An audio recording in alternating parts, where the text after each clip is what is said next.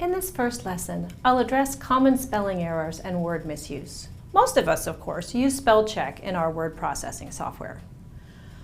But many of the examples I'm about to provide are not spelling errors, but word choice errors.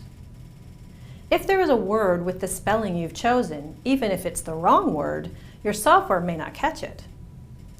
Spelling and word choice are important because poor spelling or incorrect word choice reflect poorly on you as a professional, or could cause misunderstanding of your meaning. In this lecture, I'll address some of the more common spelling and word choice errors and a few rules to go by. As a person who spent several of my grammar school years in a school in the north of England, I'm quite familiar with the spelling confusion between English and American spellings. I recommend that if you are writing for an international audience, keep in mind that there are acceptable spelling variations in the different kinds of English. I don't recommend that you alter what is correct for your own country in hopes of using the preferred spelling used in another country. English speakers are generally willing to accept the English or American spelling. Mostly keep this in mind if you are asked to proofread or edit a document for readership in another country. For example, American and British English tend to have many differences in the spelling of the same words.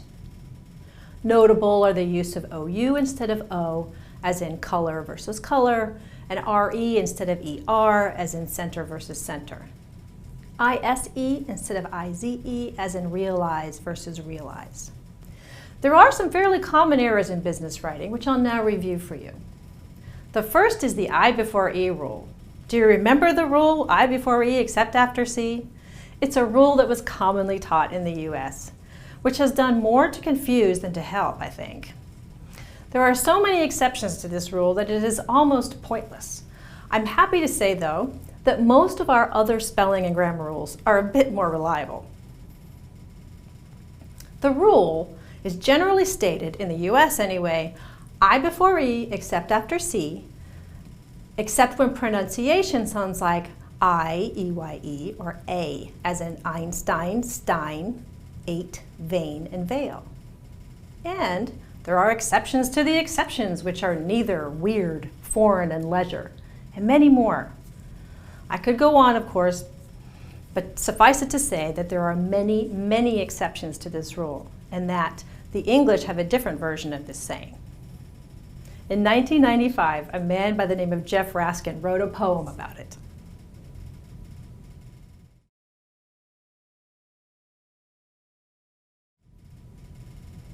Another type of common error in writing is the use of pronouns and pronoun linking verb contractions, which sound similar. Following are three of the most common ones. The first is the to form of the word whose.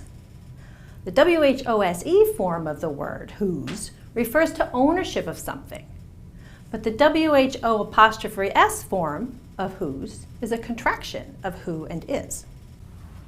The second is the three different forms of the word there.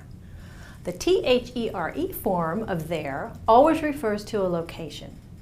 The THEIR form of there is a plural possessive referring to something that belongs to more than one person.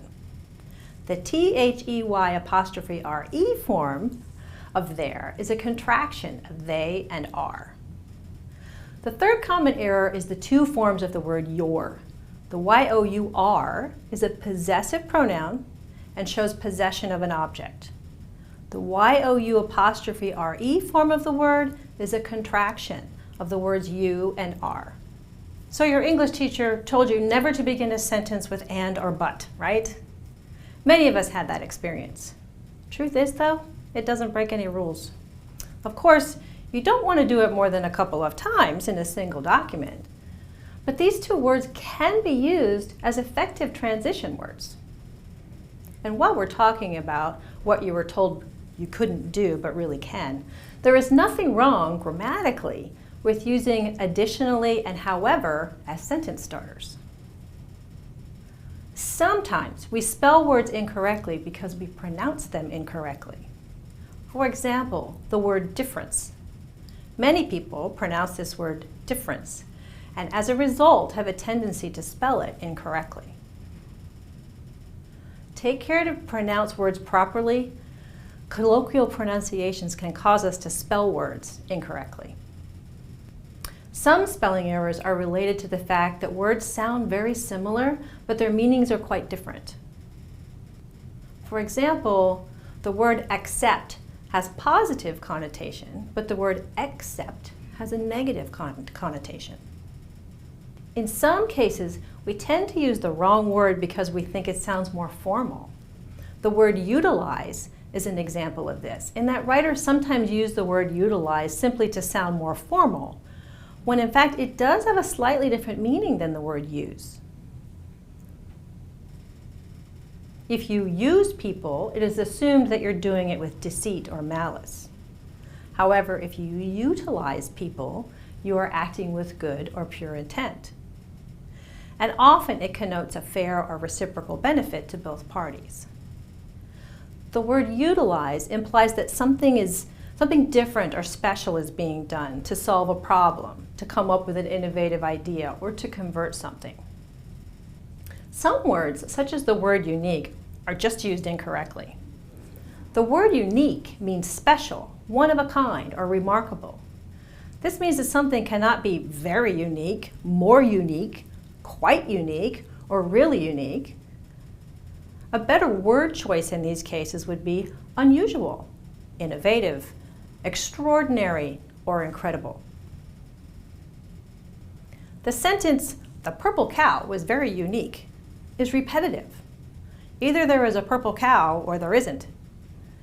You could, however, say the purple cow was unique in her coloring, as was the blue striped one standing next to her.